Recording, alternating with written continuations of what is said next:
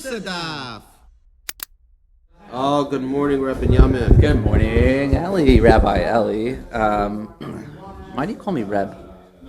Because it's in a Makom Kedusha. Do you feel a little bit like I'm not talking to the right person when I'm doing that? A little bit, and I'll tell you this. Sounds condescending? No, it's. I actually think it reduces the title for people that are actually rabbis. For example, when I'm called up to the Torah and they're like, Yamai, Rabbi Binyomin Ben, Rabbi Yosef Rubin, I'm like, no, the doctor. Yosef Rubin, my father's a doctor. Is he a rabbi? He's an amazing person. Fake it till you make it, bro. No, but like there are people that are actually rabbis. Call them the rabbis. Then you're just taking that title that previously was something, and now you have to add it to them. So now the actual rabbi is now Hagoyin Mareinu Rabbeinu. I like, I get what you're trying to do. I honestly didn't think that deeply into it. As a Jew, I probably should have thought more deeply into it, and I apologize. You average Binyomin. Yeah, there you go. How does that make you feel? I don't know. I think I might have like some, not a complex, but there's definitely something from my youth of like, you have a potential, Binyomin, to become the next Gadol Dar, and I'm always like, calm down. I want to be a good guy. It's too much pressure, so I don't want to put pressure on people. He wastes 5 minutes talking about this, guys, and then he tells me as a 9:20 he has a hard stop. Thanks a lot. All right. Anyways, that was my morning rant of calling people Reb. You could disagree, and I'd love to hear it. Hit the comments to see if you think. But no one listens to us. Hit the comments, You're guys. talking to nobody. Can I suggest something to Nathan? Yeah. If he even listens, is that. But he wants to know what minute mark you're suggesting. I get it. Okay, but like, the 1 minute imagine like we took our banter and just put all that, like the banter from like a parak of Nazir, just like throw it out. Its own clip. Yeah. Someone said that's what he would want to listen to. It could turn into its own podcast. For sure, it could do it. The Batala podcast. Batala podcast. And it'd be like, because that is when you have some of your best conversations. It's like your middle of learning, so your mind is already racing and thinking, and then you like, anyways. Yeah, we have no shot of finishing this stuff now. No, I'm kidding. Okay, so this is the fifth parak. Do you know how many parakim are in Nazir? I don't even know. I don't, because also I'm only on Right. I have like a chalek of the art What's school our here. last? We need to get a new Gemara. I need to get one. Oh, wait, did mine come in the mail yet? So this is going to take us to 33. Wow, look at 33. We got lucky with 33. Look at 33. Lamed Gimel. Oh, yeah. Oh, I've heard about this. Oh, my gosh, guys. Get ready in a few days. I want to learn. We have 6 lines, an entire daf. The Amud Aleph has 6 lines. Amud Beis is only Taisus. We'll probably do a few Taisus in that day. That's what Hashem's telling us. This is like the It's not a day off. This is Lamed Gimel and Beis is only Taisus. It's not a day off for Binyamin. Lag Baimer. Anyways, so there are 30. We have to get. Yeah, we mean. How do you even get 3 Zichru points from this Lamed Gimel? Wow. Let's see what they do. All right. Well, so we have 31 through 2. This is what's today? Thursday. So Thursday is Lamed. On Sunday we're gonna need a new one. Thursday is Lamed Aleph. Friday is Lamed Beis. Shabbos is Lamed Gimel. Yeah, which means by Sunday we're gonna need. Sunday we need a new Gemara for Lamed Dalet. To get to Amud Beis, yeah. Okay. That's Lamed Beis. Okay. Let's see if mine came in the mail. Okay. This Shabbos I'm not home. We are going to celebrate my in-laws' 50th anniversary. Wow, that's so nice. And my father-in-law's 80th. Same like month. No, I think he's like September or something, but we're just bringing it all together. So nice. Is your wife like the youngest? She's the youngest of 8. That makes sense, because I was like, wait, seems like And then very nice. What are you guys celebrating? that day, it's a short dive. Well, some house in Muncie area. Okay, well, let's go to Perek. Give me the intro. This chapter will deal with the question of Naziris that has been adopted based on erroneous assumptions. Since Naziris is a form of consecration, The question is related to the larger issue of consecration that has been declared upon an item, e.g., an animal that has been consecrated as sacrifice in error. Thus, this chapter opens with a dispute between Beis Shammai and Beis Hillel, going back to the original guys, Beis Shammai, Beis Hillel, or teams of guys, whether erroneous consecration is effective, and subsequently turns its attention to the more specific issue of Nazir's adopted in error. All right, so if I had to sum the summary, it's we're going to be talking about making something hektish by mistake. So let's see. Beis Shammai Imrim hektish ta'os hektish. Shammai say that if you make something hektish by mistake, it still is hektish. I see you eyeing note 1, so let's go down there. Although consecration of an item was done in error, the consecration is nevertheless effective. The Mishnah will explain the exact circumstance of this case. Beis Shammai's rationale for considering erroneous consecration to be effective is explained by the Gemara. So what your mind is already thinking, why, what? We'll talk about it. Beis Hillel Imrim, ein hektish. It is not consecration. Because Beis Shammai came first in this machlekes, he got the parak named after him. Look at that! Wow, what does this teach you? Go first or go home? I think like Zeriza, it's like the importance of like. Was he actually Zariz, and that's why it's presented first? Or that's just what the order of the scribe of the Mishnah picked? It's not alphabetically, right? So. And it's also not majority, right? It'd be like Gematria. Shammai's parts of the bell. Interesting. But Beis Hillel says it's not hektish because it's a toss. Assuming so, you didn't. It was a mistake. How many prakim and shas are called Beis Shammai? Ooh, more than one. I don't know. Or how many prakim and shas are named after a person? That's another good one. Here's a question: does Beis Hillel have a parak? Maybe somewhere else it says Beis Hillel. They're all great questions. Beis Shammai is always first. Is he? I'm honestly Maybe not. not such a good shas yet like that. All right. So what's the case? Beis Hillel I'm being hektish. So Ketzad. Omar, so we're going to say 3 examples. Omar, Shar, Shachar, Shiyetze, Mi Besi, Rishain, Harehi, Hektish. If a person said, the first black ox, Or the black ox. Shar Shachar, Shiyetze, Mi Besi, Rishain, which will emerge from my house first, is Hektish. Yetzalavan. Very good. You have good distinction there. But a white one came out first. Beis Shammai Ermin Hektish, Velazil Homer in Hektish. I don't understand why it would be if he said black, but so the apparent meaning is that the person wishes to consecrate the black ox because he assumes it will emerge first, because he's assuming that one will emerge first in the house. 2, the Gemara will consider whether Beis Shammai mean that the black ox or the white ox is consecrated. Dinar Zav, second case. Which is hektish, the white or the black? The Gemara will talk about it. Okay, but there is an act of hektish. Yeah, nevertheless. Even though what happened was not what you said would happen. Okay. And it sounds like Beis Hillel says that from here it seems like nothing will be hektish. Right, you said the black ox. Why are people talking like this? Just make the black ox. Words matter. Or he's like, listen, I'm not schlepping this black ox to where it needs to go. So once it gets out of the house, that's when it's hektish. Guy's like, right? He's Just lazy. So he should have said, okay, the ox. But again, he could have just said. But you know what? The white ox is scrawny. Doesn't want to Right, he wants embarrassing. Dinar Zav, Shial Biyadi Rishain, Hari Hektish. Or if he said the gold dinar, which will come up in my hands first, shall be sacred. But Old style coin toss, eh? And a silver one came up first. Beis Shammai Hektish, Beis Hillel Harein Hektish. Chavesh Shal Yayin Shetal Biyad Rishain, Hari Hektish. Or when he said the barrel of wine which will come to my hand first shall be sacred. But all Shal Shemen. Beis Shammai Hektish, Beis Hillel Einai Hektish. So let's just jump into the Gemara, because I think it's going to answer all those questions that I see. Thanks for everyone listening to Chavrusa Daf. Took us 9 minutes to get through this beautiful Mishnah. Yeah. Beis Shammai Hektish.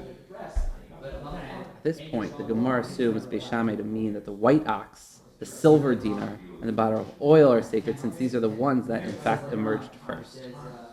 Right? At this point, the Gemara assumes Beis Shammai means the white ox, so they're right. The ones that came, we care about what came first, not what he described. Mm-hmm. But wait, with this, but again, but the assumption now, what we're about to do is that even though he said black ox, but the white one is the one What consecrated. came first is what? Right, what comes first, yeah. So my Tamai Devi Shammai, the Alfin Tchilas Hakdesh Misoif Hakdesh. Shammai hold that we learn the law about primary consecration, Tchilas Hakdesh, from the law of Soif Hakdesh, from derivative consecration, literally. Should we read that now? Of course we should. This is tough stuff, bro. Alright, literally derive the beginning of consecration from the end of consecration. Derivative, or end of consecration, refers to the sanctity produced when an animal is designated as a substitute. Tmura.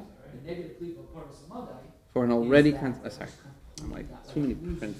Derivative consecration refers to the sanctity produced when an animal is designated as a substitute for an already consecrated sacrificial animal. Okay, so you have a hektish, and you're like, Okay, okay, so this that's is going to be a substitute. So that's safe hektish. The law is that once an animal has been consecrated as a sacrifice, it is forbidden to substitute another animal for it, even if the second animal is superior. So you made ox A your carbon. Even though ox B is the bigger one, you want that to be, you're not allowed to. Hold on, are you allowed to have a substitute in ready to go? So let's see, nevertheless, I don't know the answer to your question.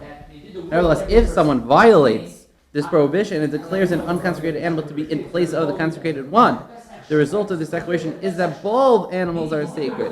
Since the sanctity of the substitute is generated by an existing sanctity, that of the original sacrificial animal, the substitute's consecration is referred to as a derivative consecration. So I think that did answer your question, which is that you are not allowed to do a tmura.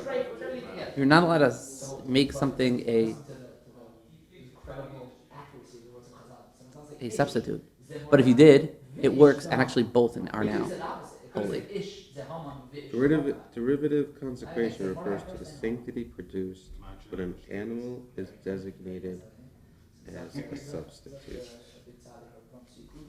Derivative consecration is the same when an animal is designated for an already consecrated animal. Okay. The law is that once that the animal has been consecrated as a sacrifice, we're to substitute another animal for it, even if the second animal is superior.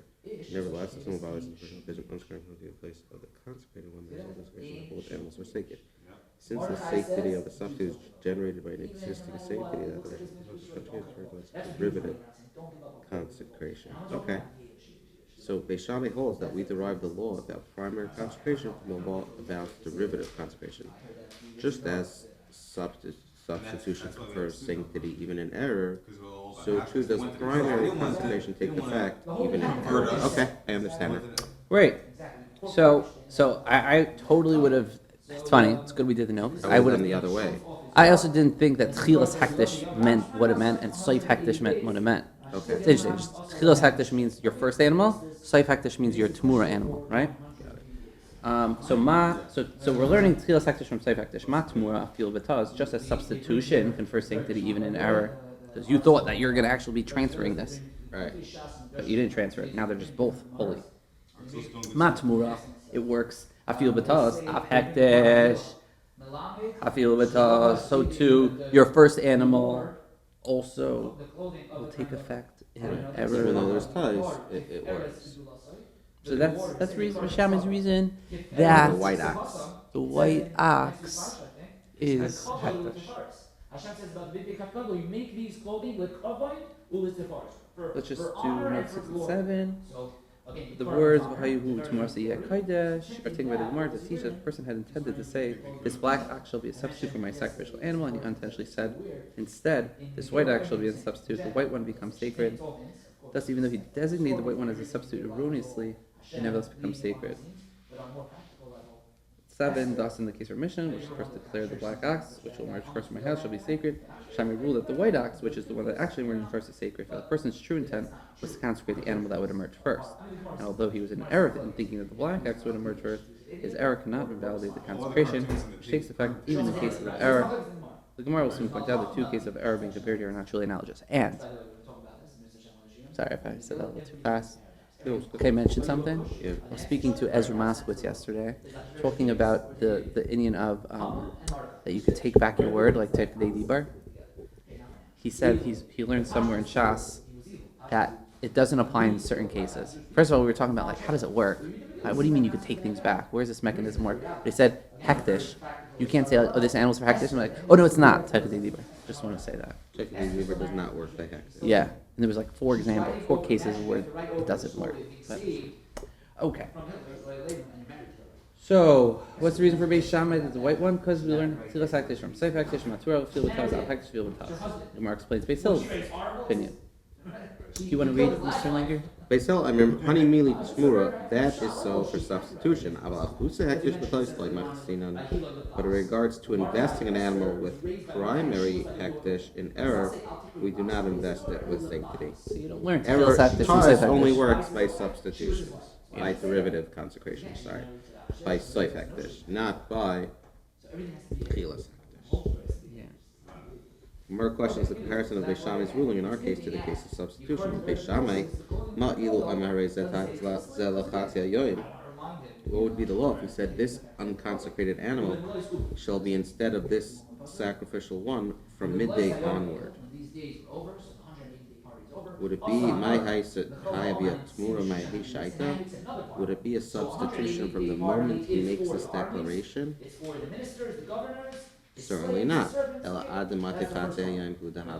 Rather, only when midday arrives is it a substitution, as they clearly stated in this declaration of substitution. Machanami here too, in our Mishnah case of primary consecration, when and if the matter transpires. So you want to say that the substitution works, right? And you can make it sacred. What would happen if someone says, by the way, I want to make this regular animal hektish starting at 1 o'clock today. So at 11 a.m., he says 1 p.m. At 11 a.m. is it hektish? No, because we take into consideration what he said. Okay. And the contingency is 1 p.m. Right? So that's why it's not good. So too in our case, when and if the matter transpires. His contingency, if you're going to say that the white ox is sacred, why? He had a contingency that was not filled. It had to be the black ox, not just any ox. I mean, I totally hear that. Yeah. I'm in camp of Beis Hillel right now. Well, you're only against Beis Shammai because we explained the Mishnah as being when he says it's hektish, it's the white one. Oh, right. But then again, if it's the black one, it also never emerged. Right. So- Meaning he had a two-part statement. And then nothing was fulfilled. Yeah. You're gonna have a problem either with way, Beis Shammai. only one You're gonna was- have a problem with Beis Shammai either way. Yeah. That could be where the Gemara is going. Okay, so we have a new explanation of Beis Shammai. Comes in Rav Papa. Amar Rav Papa. Lekach nemar rishon. For this reason was first said by the person in his declaration. L'chshiyetze rishon. He means that when it emerges first from among the black ones, it should be sacred. You should have done something community first. We interpret his declaration to mean that the first black ox to emerge from the house should be consecrated, even though an ox of different color may emerge first. Accordingly, Beis Shammai ruled that the black ox that comes out of the house ahead of all the other black ones is sacred, and this is consistent with the person's declaration. But a white ox came out first. Okay. So I don't understand the Hamina, if that's where you're going. we're now changing from white ox to black ox. Which one is now sacred? Okay, the He's white. now answering. Until now, we kept thinking the white ox, according to Beis Shammai, is the one that's sacred. So it's He's the now black saying ox? it's the black one. Rav Papa, Kach nemar rishain, l'kshiyetze rishain. So it's saying, you're right. That white ox is not the sacred one. It's the black ox, I think, right? That when the white ox comes out first, the black ox I'm now is sacred. I don't know how anyone can And without this. that white one coming out does nothing, essentially. You gotta wait now until the black one comes out. No. Oh, when it emerges, when whichever the First black ox emerges. Also, it's not just a picture book. So when Beis Shammai says it is sacred, he just means that do note 13. 1 second. He just means that the white one is not going to ruin. Exactly. Right. The white one has nothing to do Nothing with to this. do with it. We're talking about. It's like a blue one came out. Shoot, I'm starting to understand Beis Shammai better now. You know, with this explanation, this kind of makes sense. Right. For Papa over Let's here. misunderstood. Note I'm 1. gonna do it. For 13, Rav Papa explains Beis Shammai's ruling different from the way it was understood by the Gemara above. According to Rav Papa, Beis Shammai do not rule the white ox, which was the first of all the oxes to emerge from the house, as hektish, but rather the black one that precedes all the other black ones. The person says the black ox will emerge from my house first shall be sacred does not mean the black ox will emerge ahead of all the other oxen. If that were so, no animal will be consecrated in our case, since the first animal to emerge was white. Rather, he means that the first black ox to emerge will be consecrated. Great. Right. Okay, so the Gemara objects. But the declaration mentions only a single black ox. Milo Yaskim de Leslay Elahai are not only then dealing with a case where he did not have any black oxen other than this one. Like Sricha de Islay trade Rav Papa's interpretation is fitting only where the person has 2 or 3 black oxen, and that is the Mishnah's case. So the answer is no, there's actually more than one black ox. He's just referring to any black ox, not the black ox. Well, Basil Imkain, that the declaration means the first of the black oxen rather than the first of all oxen. He should have said only which emerges first. Why does he add from my house? Basil argue that specifying the black ox, which will emerge first from my house, indicates that the person means to consecrate the black ox only if it is the first to emerge from the house before all the other white oxen. Accordingly, the declaration is not ambiguous and cannot be interpreted to mean the first black ox. Accordingly, the declaration is not ambiguous and cannot be interpreted to mean the first black ox, as Beis Shammai wished to interpret it, because by saying from my house makes it sound like, no, I only want to consecrate a black ox if it is the first one that comes from my house from all the other colors. Okay, so now before we go right there, try to understand Beis Shammai's viewpoint, Beis Hill's viewpoint, and understanding that we're talking about a black ox being consecrated. Beis Shammai say that the intention of this person was, I just want the first of the black oxen that come out to be consecrated. So if a white one comes out first, honestly, it doesn't do anything. The second a black ox comes first, that's going to be consecrated. And that's our case in the Mishnah. Beis Hill is saying, no. Once a white ox comes out, it negates this whole statement because he specifically wanted only to do a black ox. That also comes out first from all the other oxen. Good, well said. Okay. You want to say Bernish? Rava of Barnish Don't confuse this from the other Rav, I guess. points out a difficulty with Rav Papa's interpretation of the Mishnah. Amarle Rava mi Barnish la Ravashi, or Rava of Barnish said to Ravashi, Ha hektish b'taisu? Is this in a case of erroneous consecration? Hektish b'kavanahu. It is deliberate consecration, right? If this is in Beis Shammai, right? If you're going to say that Rav Papa, who explained the Mishnah as saying that it was first said by the person in his declaration, he meant that it was first among the black ones, then what's hektish tais? It's not tais. This is all. It's a good question. Yeah, Yishem da'atye. Good job, Rava of Barnish. Oh man, he's coming in the clutch, Barnish. Mishum da'atye ledubure kama. The Mishnah calls it erroneous because he has distorted his initial statement. He has forced us to interpret a statement differently from the way we would have otherwise understood it. Right, we needed Rav Papa to clarify what he meant.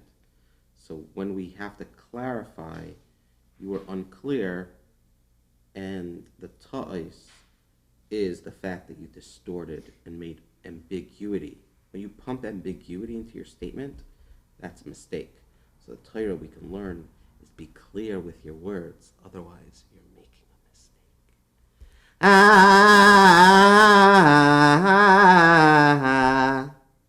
Yeah. Gemara challenges Rav Papa. Yeah, did you want to say something?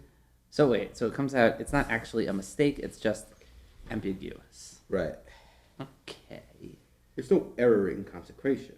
The statement is ambiguous and could have been misinterpreted. And the Mishnah calls this erroneous consecration. Azay Zak Darash. Okay. Be as clear as possible, and you will be on your way to following what the Torah wants you to do. How many people do you have signed up for your Oh, big kosher money event. Kosher money First event this Tuesday, February 28th, 2023. And it goes to Lawrence Cedars. We Spots have are limited? 75 people. Oh, really? But most people sign up, they tell me, new to the event world, they say people sign up just a few days before. Especially if it's nighttime, they don't know their schedule. Oh, is that a So thing? like Monday rolls around, and you're like, oh, what am I going to do Tuesday night? How many? What was it like for Yaakov's? Y.Y. Jacobson, Rabbi Y.Y. Jacobson, Reb Y.Y. Jacobson. How many He like did a Sunday night. He had over 100 people. right now? How many of those people signed up like 2 weeks in advance, a week in advance, 2 days before, day of? I Didn't think even most sign of up. it, right? I think most of it was not signed up prior. I think people just rolled up to the event. Mm-hmm. So you're hoping for that? Nice. I'm not hoping. I'm needing that. Mm-hmm. I need to get 200-300 people into that room. Mm-hmm. And we have 75 now. That's a show that will happen. Where's the Shem? I'm on the cover of the Jewish Home this week. Oh, nice. Okay, it's hard because I do want to look at it now that I forgot. I want to look to see which photo they used. But okay, fine. We'll do this after. I think they're using the Chavrusa Daf selfie photo. I hope not. I mean, maybe we'll get some more subscribers. We're stuck Okay. at 16. Should I plug it? Should I get to like over 30? People say that when they log onto YouTube, they see it. They don't watch it, but like it's good chizuk for them, like to see that. Nice. Okay. Besavri Beis Shammai hektish b'tos lo have hektish. And it's a question. And do Beis Shammai hold in fact that hektish b'tos is We're not challenging Rav Papa. I don't know why it's just Rav Papa. because Rav Papa apparently interprets the Mishnah as not referring to a true case of erroneous consecration, because in his opinion, Beis Shammai would not validate a truly erroneous consecration. Oh. The Gemara therefore objects that it is evident from other sources that Beis Shammai do indeed validate truly erroneous Our consecration. school's amazing. They really are. Besavri Beis Shammai hektish b'tois lehavi hektish ayva hatnan mishanader ben Nazir.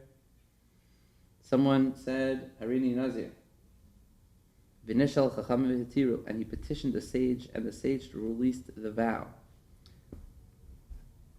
Okay, so he found Pesach or whatever. Haisalai behema mufureshes, but he already had an animal set aside as a sacrifice for his concluding rituals. Teitze v'sira ba'eder, right? So Goes out he to did graze. he did the Nazir. He said he's a Nazir. He's like, okay, I'm going to consecrate this animal. He's like, oh man, I have such charata. I didn't realize I have a wedding on that day. I don't want to do this. Right. So the animal goes So where? it goes to graze, meaning it has no sanctity whatsoever, since he has been released from his Nazirs. And by the way, I think this goes up to the conversation of is Mikana Lava or Lamafreya. Wouldn't this have to be that it's Lamafreya? Because now that Karbanas that he already set aside have no sanctity? What would you say? Saying good. Saying good, okay. Avalanger, 28-minute mark. You have to remember this because they had one yesterday. I think it was a 21 minute. That's what I'm saying. You remember these numbers. I don't know. I think Javi just has to listen to us every day. Amru Beis Hillel Beis Shammai. And what do Beis Hillel say to Beis Shammai? Do not admit that this is a case of erroneous consecration. Then, and that is why the animal goes out and grazes with a flock. And you see that erroneous consecration is not hektish. Miklal the Sabri Beis Shammai hektish, but Tavis have hektish. So you see from the question to Beis Hillel, you see that from Beis Shammai. Yeah, you see that the fact that Beis Hillel had to say this to Beis Shammai, be like shtach, is because Beis Shammai hold that hektish b'tash is hektish. Do you not admit there's an occasion of erroneous hektish, and that is why the animal goes out and grazes with the flock? And erroneous consecration is not hektish. This implies erroneous. Oh, the fact that he's saying, don't you admit that a case of erroneous consecration because it goes out, because you really say erroneous consecration is consecration. And here, you're trying to prove that you see that it's a tos. So the way Rav Papa explained it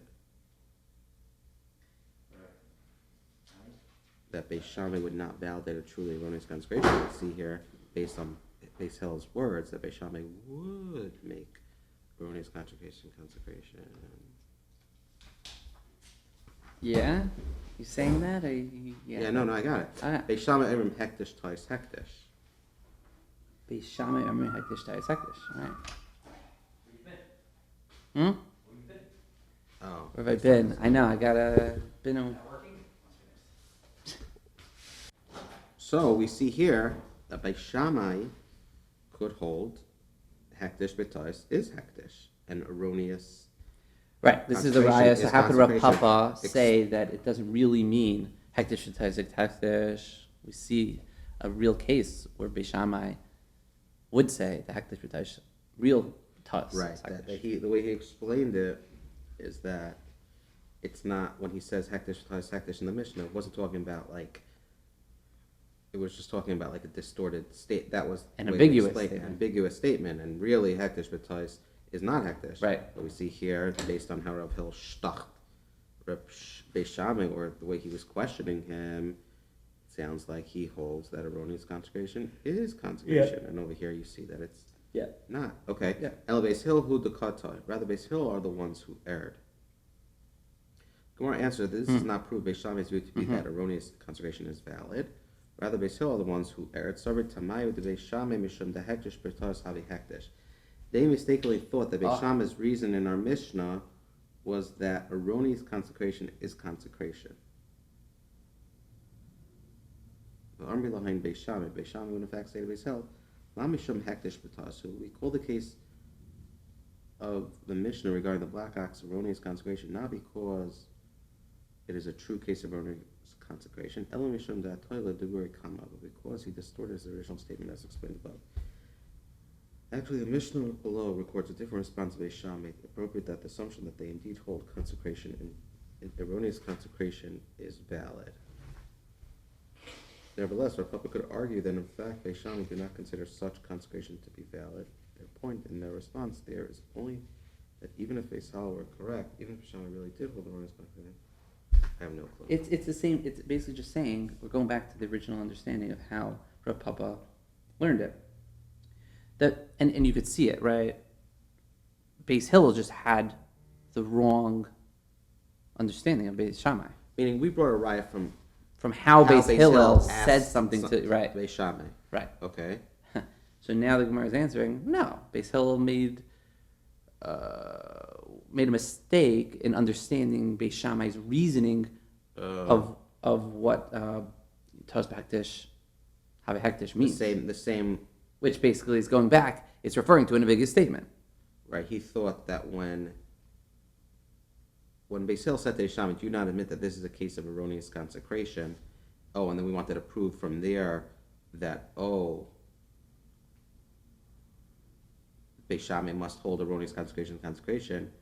Beis Hillel didn't realize that Beis Shammai, when Beis Shammai said in the Mishnah, Hektish Tais Hektish, he was referring to an ambiguous statement. He thought that it was actually consecration.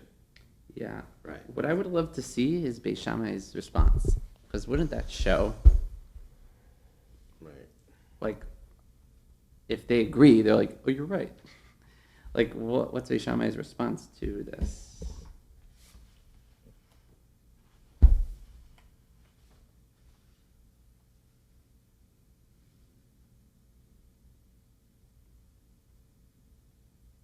It says here, the Mishnah below records a different response of Beis Shammai, appropriate to the assumption that they indeed hold erroneous consecration to be valid. I guess we'll get there, but Yeah. we see here that Hektish, you can learn out from Beis Shammai, Hektish Tais is Loi Habi Hektish. The only reason in our Mishnah that we say it's Hektish is because it's an ambiguous statement, but really Beis Shammai holds Hektish Tais Loi Hektish. Right. Okay. Umar tries again to prove that contrary to Rav Papa's assertion, erroneous consecration is valid according to Beis Shammai. Okay. The Sarah Beis Shammai Hektish B'Tais Loi Habi Hektish, and do Beis Shammai hold that erroneous consecration is not consecration? I Tashma can learn a proof in the following Mishnah, which seems to indicate otherwise. If there were 6 people walking down the road, Nice. we will refer to the people in the group these as number 1, number 2, and so on. Okay, there were 6 people. The echad ba connected, and someone was coming toward them, but was still too far to be positively identified. The Amar echad, and one of the 6 said, Hareini Nazir shezeh pleni. I'm hereby a Nazir that this is so and so. The echad Amar, and the second one said, Hareini Nazir she'ein zeh pleni. I'm hereby Nazir that this is not so and so. Hareini Nazir she'echad mikam Nazir. The third one said, I'm hereby Nazir that one of you is a Nazir. So he's going to be automatic. Shein echad mikam Nazir. And the fourth. Oh, he's not going to be automatically. Wow. Oh yeah, he will. Yeah. The fourth one declares Naziris that one of you is not a Nazir. Okay, he's going to be definite. Shneim Nazirim. The fifth one declares that you two are Nazirim. He's going to be a Nazir. Shekulim Nazirim. That all of you are Nazirim. He's not going to be a Nazir. I'm just basing it off of logic. Beishamet Nimrim Kulam Nazirim. They are all Nazirim. But here it is a case of consecration and error. And still, the Mishnah states that the Shammai say they are all Nazirim. Oh me, oh my. Do we want? Oh, I love how Wow. the art scroll notes Yeah. all correspond to the right guys. Number 1. Note 1 is number 1. I think that's intentional. It's amazing. That would be tough if it wasn't. Do you want to go through each one? I think we should. Okay. If we really want to say that we know this, I think we have to. Go ahead. Okay. So number 1 says, I'm a Nazir that the person approaching us is Ruvain. Number 1 is certain that the person approaching is Ruvain, and to emphasize the certainty, he declares himself a Nazir. It's as if he said, I'm hereby a Nazir if the person approaching us is Ruvain. I mean, that's basically what he said. Now, this declaration would seem to be conditional. That is, if the approaching person is in fact not Ruvain, then number 1 is not a Nazir. However, as will be seen from Beis Shammai's ruling below, this is not the case. Such a declaration is not really conditional. Rather, the vower, since he is certain that his perception is correct, means to assert this by adopting an unconditional Naziris. The conclusion of his statement that this is Ruvain is not a condition of his vow, but rather a statement of his reason for adopting Naziris. I'm 100% sure this is Ruvain, so therefore I'm a Nazir. Not whether or not it's Ruvain. Mm-hmm. Interesting. Number 2 says, Yeah. I'm hereby a Nazir that the person approaching is not Ruvain. Number 2 is equally certain that the person approaching is not Ruvain, and he too asserts his certainty by way of a Nazir vow. So now you're starting to understand why each of these are going to be Nazirs. Yeah. And by the way, I'm a red. why it's not ties. Yeah. I think that too. Number 3, addressing number 1 and number 2, declares, this is a crazy Gemara. Have you ever had something like this? No. This is phenomenal. Number 3, this is like a riddle. Number 3, addressing number 1, number 2, declares, I am hereby a Nazir that one of you is a Nazir. Number 3 believes that only one of the first 2 is a Nazir, since the respective assumptions in those vows are mutually exclusive, right? Either the person is or isn't Ruvain. Mm-hmm. To affirm his certainty in this matter, number 3 adopts Naziris and states his reason for doing so. So Beis Shammai says he is a Nazir because he definitively thinks one of them is a Nazir and one's not. Not whether or not he's right or wrong. He definitively thinks erroneously. Right. So it's right. It's still Hektiv Shpatas because in his mind there's somewhere where he's thinking he's right that only one of them could be a Nazir when in essence they actually could both be Nazir. No, I don't think that's the erroneous we care about. Or maybe it is. I'm not sure. This guy definitively thinks one of them is going to be a Nazir. Right. Right? Mm-hmm. And is he right? See, it doesn't matter. The same way it didn't matter with number 1, number 2, whether the guy was actually Ruvain or not. It didn't matter. I'm hereby Nazir that one of you is a Nazir. And Dafka 1. Right? That's his statement is that only one of you is a Nazir. So if they're both Nazirim, why is Beis Shammai say he's a Nazir? This is the first real ties, by the way. No, you could say it in the same way. The same way that guy 1, let's say it's not Ruvain, So you would say, oh, well, first But person. we didn't say that. We said that it was Because based on he's what so his certain. perception I know, is. and number three's perception Yeah. is that only one of these guys can be a Nazir. He's so clear that he's saying, really, I'm a Nazir because I know that only one of them could be a Nazir. When in essence, they actually are both Nazir. So whatever. Do you hear? Yeah, yeah. Okay.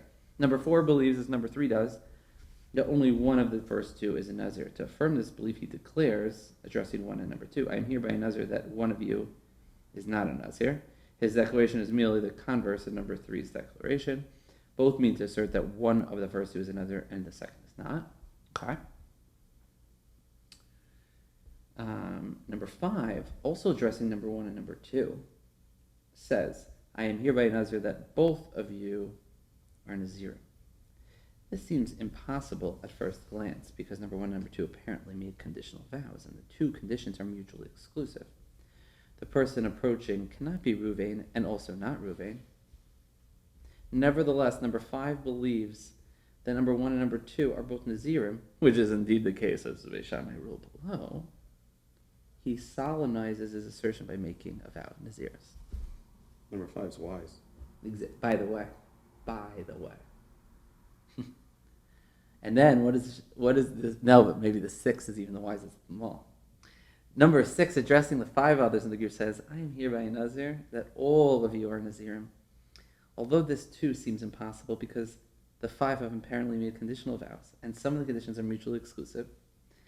Number 6 nevertheless believes that they are all Nazirim and reinforces his assertion by making a vow. Number 6 was Beis Shammai. By the way, you know Beis Shammai, it's not one person, right? It's like a bunch of people. Maybe it's all these 6 people. Saying good. Is this a real case or is this Beis just Shammai rule? I don't think this is, but Beis Shammai rule, right? Kulam Nazirim. Let's do note 7.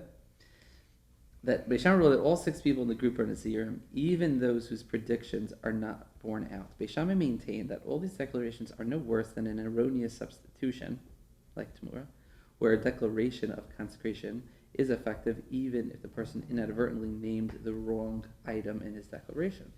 Similarly, Beis Shammai argued that all 6 persons, all 6 persons sincerely meant their declaration of Naziris, all believing that their respective notions were correct. They did not mean to make their vows conditional on the vindication of their notions, but merely articulated their reasons for adopting Naziris. Therefore, although some of them were erroneous in thinking that led them to adopt Naziris, and the consecration of themselves as Nazirim was thus in error, their declaration of Naziris are nonetheless effective. So we see here that Beis Shammai says they're all Nazirim. Yeah. The assumption, note 9, motivating the declaration are in error, yet Beis Shammai ruled they are Nazirim. By the same reasoning in the case of our Mishnah that a person declared the black ox which emerges first from my house shall be sacred, and a white ox emerged first, Beis Shammai ruled that the white ox is sacred, for the person's primary intent is apparently that the first ox to emerge should be consecrated. His belief is that a black ox will emerge first, but that is his prediction, not a condition of the sacred. Why then does Rav Papa reject this understanding of Shammai's ruling on Mishnah, which is apparently corroborated by Beis Shammai's ruling in the case of the 6 travelers, in that they're hektish betais, it's hektish. You don't have to come on to ambiguity. Wonderful. Amrei Sabri Beis Shammai hektish betas havi hektish. They say it is true that Beis Shammai hold that consecration error is hektish. But Rav Papa still maintains that here in our Mishnah, this is not the basis of Beis Shammai's ruling. Beis Shammai, he's explaining Beis Shammai is saying, when he says in the Mishnah, hektish tais hektish, that's because he was not clear. And because he's not clear, in that case, he holds that we are going to, let's go back to Rav Papa. It's weird because why call Hold on. For this reason, first was said by his person, he meant that when he emerged, that he was unclear, and Rav Papa is really showing the intent of what the person said, and that's why this black ox that came out second, when the black ox, even though it came out second after the white one, that's what he intended to mean, and that's why it's hektish.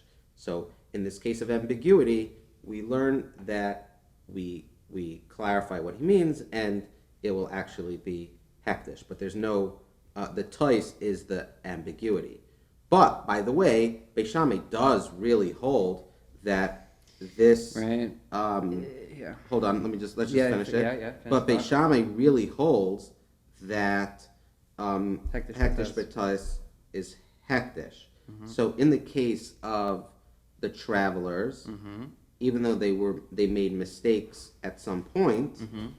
they were all Nazirim because they were confident in what they felt, not because even though there was a mistake, we're not worried about the mistake. Yeah. If by the way, if their intent was also a mistake, then they probably wouldn't be Nazir. But whatever. And going back to our Mishnah, when Beis Shammai says hektish tois hektish, he means it's the ambiguity. Yeah, but in that case, if he said a white one, a black one coming out of my house, and the black one comes out first, that would also be hektish. And then also, if the white one Came out first. which one's hektish? I think the black one. According to her papa, the first black one to come out is the hektish one. But not according to Rav Papa, according to Beis Shammai. Oh, sorry. Beis Shammai with Rav Papa's reasoning. Right, but what one? about without Meaning Rav the Papa's? statement of having hektish is referring to which one? I think the black one. Right. No, I got that. But if you take Rav Papa away, and you just have Beis Shammai who holds hektish tois as hektish, give me a case with oxen that will be a tois.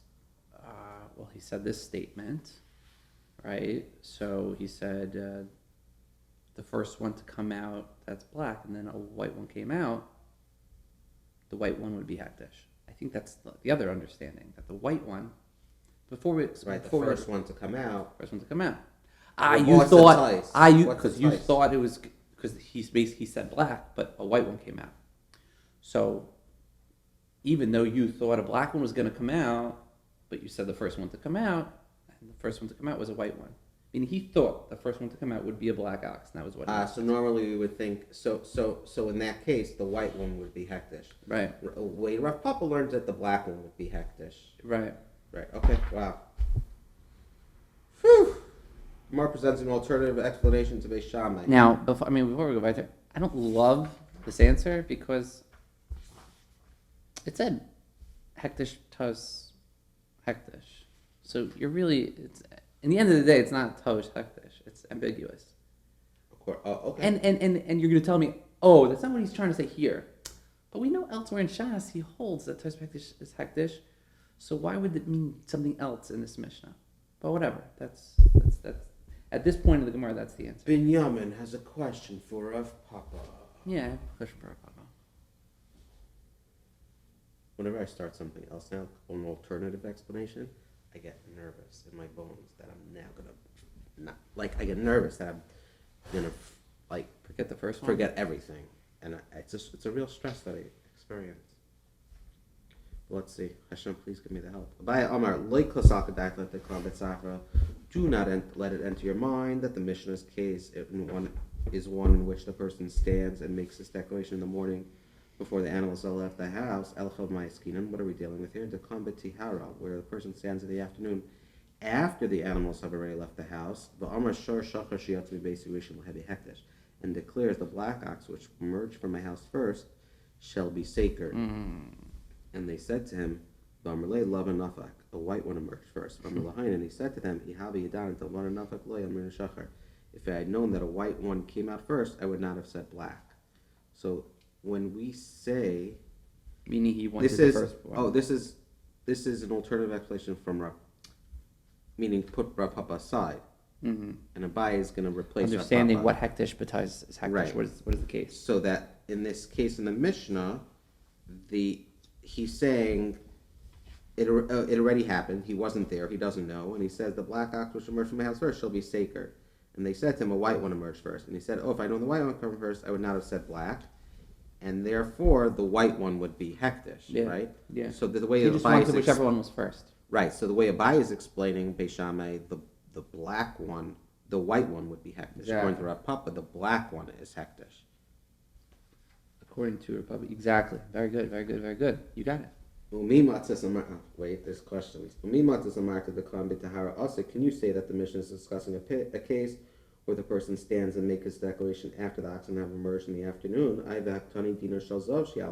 When the mission states in the analogous second case, the gold dinar which will come up, which is clearly in the future tense, instead of the future tense, correct the mission to read which came up. Okay. But it says there the barrel of wine which will come to my hand. Tanisha also. Correct the Mishnah to say which came. Okay. The Gemara cites the statement of Rav Chisda, which will be a challenge from our Mishnah. Rav Chisda said, Rav Chisda, Uchma b'chibra lakavia. A black ox is in a herd of white oxen, depreciates the herd because the black ox is less valuable. This is where Eli Stefanski came out and said he doesn't want to get thrown off YouTube. Chivra b'uchma lakia, I would imagine. Chivra b'uchma lakia, a white spot on a black ox indicates an affliction, a skin disease. Or, that's negative for the white. A white spot on the black ox indicates an affliction. So there's two statements Rav Chisda makes. One is that a black ox and a white oxen depreciates the herd. And weiter, a white spot on a black ox indicates an affliction.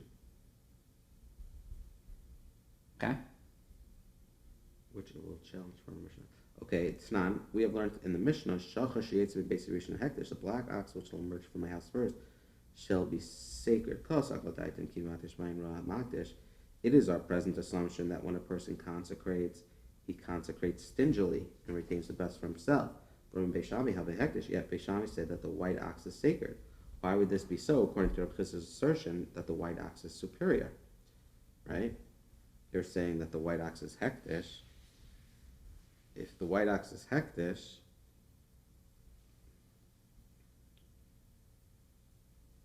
why would this guy say, according to Rav Chisda, the white is the best? Why is this person giving the best? We have an assumption that someone's going to do this stingily. And here we see that he's not. It must be that the white is not the best. What then shall we say? Shall we say that a person consecrates generously and that is why Beishame ruled that the white ox to be sacred? Right. But the Mishnah states in the second case, the gold dinar. To explain Rav Chisda, should we say that that you're right, white is the best, and people donate generously? Then look in the second case, dinar shalzav shial b'yad rishon, the gold dinar which will come up first to my hand, the olah chesef, and the silver dinar came up first. Beishame imrim hektish.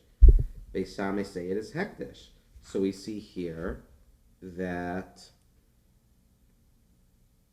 the less valuable thing becomes hektish, which is silver.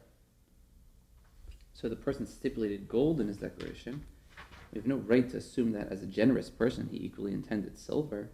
Are we not then forced to conclude that the Mishnah assumes the average person to be stingy in his consecration, not generous? If we assert that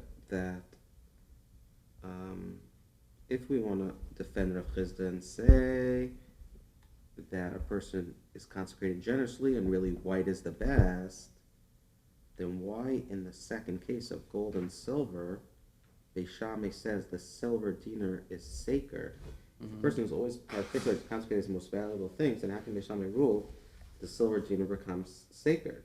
The person stipulated gold in his declaration, and we have no right to assume that as a generous person he equally intended silver.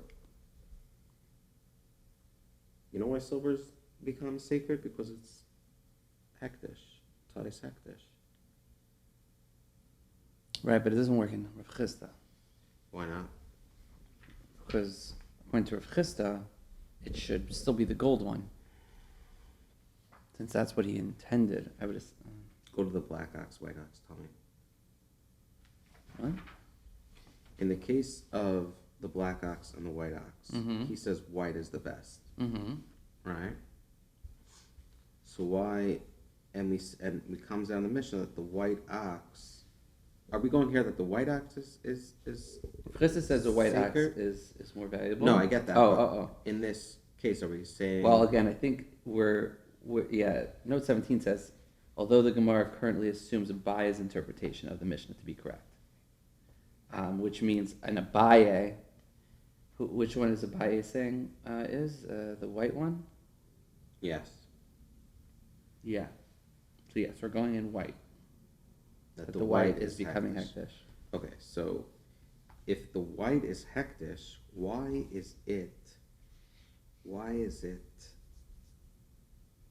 if someone consecrates stingily, why is the white? Oh, so we say that no, let's assume that someone consecrates generously. And that is why That's why it's Shammai white. rule the white to be sacred. But in the second case, the gold dinar was to come to my hand first and the silver dinar came first. Beis Shammai says the silver is sacred. You can't explain it to be the white. If a person who always birthday comes to most lives, how can Shammai rule that the silver dinar becomes sacred? The person stipulated gold in his declaration. We have no right to assume that a generous person he equally intended silver. Are we not then forced to conclude that the Mishnah assumes the average person to be stingy in his consecration, not generous, and that would account for why the silver coin is sacred, since it would certainly have been his intent to consecrate the silver one had he known that it was first to come to his hand. And then, if you upslug that, then why is the white ox sacred? Right. If the white ox is superior, you can't. It's a stira. The Elamai. Elamai ba'ayin ra makdash. Shall we say that a person consecrates stingily? But the Mishnah states in the third case, you can really go back to the first case. Yeah, I know. Fine. But the Mishnah states in the third case, the barrel of wine which will come to my hand first, the oil shel shemen, and a barrel of oil came to his hand first. Beis Shammai emrim hektish. Beis Shammai say it is hektish. V'ha shemen adav miyayin. But oil is clearly more valuable than wine.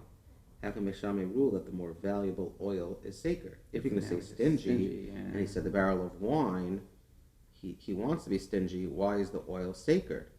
If you object because of that, because of the case of the barrel, it's not difficult. Bigli Lashano, the Mishnah was told in accordance with this situation in the Galili, the Chama Adav Mishnah, where wine is more valuable than oil. Thus, we can indeed explain the Mishnah to assume that the average consecration. But the first case, Rashi Kasha Rav Chisda, the first case of the Mishnah is difficult. Why does Beis Shammai rule that the white ox is consecrated? He wanted to go stingily. Why are we doing the more superior?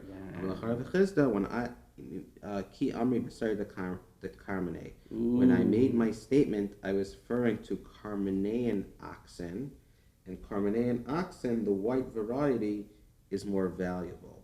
So when I said white is better, that was talking a very specific oxen. Our Mishnah. But in our Mishnah, when we said the white, according to Abaya, that the white is sacred, is because that's the less superior of the oxen. Okay, phew. So got it. Okay. Not to also racist, because it turns out the black is more superior.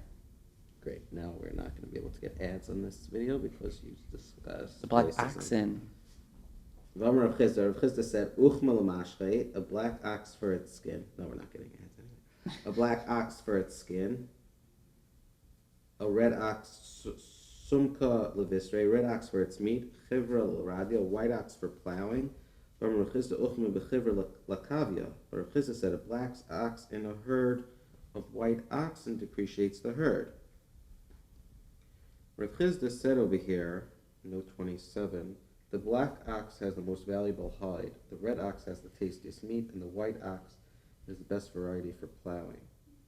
So we see in note 28, this means that a black ox in a herd of white oxen depreciates the herd. This means that a white ox is more valuable, but the hide of the black ox is so valuable, it's hard to imagine that this is offset by the plowing ability of a white ox. Black ox can also be used for plowing. In addition, if it has valuable hide, how can its inclusion in the white herd depreciate the herd? If the black ox is great, it has the best skin, and the black ox... Meaning everyone brings to the table something valuable. Right. I think that's the life lesson here. Tell me the practical, what he's saying, before you go and pontificate life lessons. Yeah. Meaning his statement of a black ox and a herd of white oxen deprecates the herd. How could you reconcile that with the fact that each type of colored ox has a value? If a black ox is good for its skin, then why does it deprecate the herd? Right. Why does it depreciate the herd? So, what's Rav Chizkiah going to answer? Ki amri b'teira de karmuni. No, that's referring to Carmenian oxen. When I made my statement about what? About That a black ox and a depreciates a herd of white oxen. That was made in reference to the Carmenian oxen. Then the white Carmenian ox is in fact superior to the black one in all areas. Plowing, meat, hide. Accordingly, a black Carmenian ox depreciates a herd of white ones. But in general, the ordinary black ox is superior to the white one because the hide of the black is far more valuable than the hide of the white. This is what Rav Chizkiah referred to in his second statement. It is also the assumption of the Mishnah where Beishami ruled that the less valuable item become consecrated, the white ox. There's also the assumption of the Mishnah where Beishami ruled that the white ox. Okay, good. That works. Not an easy Gemara.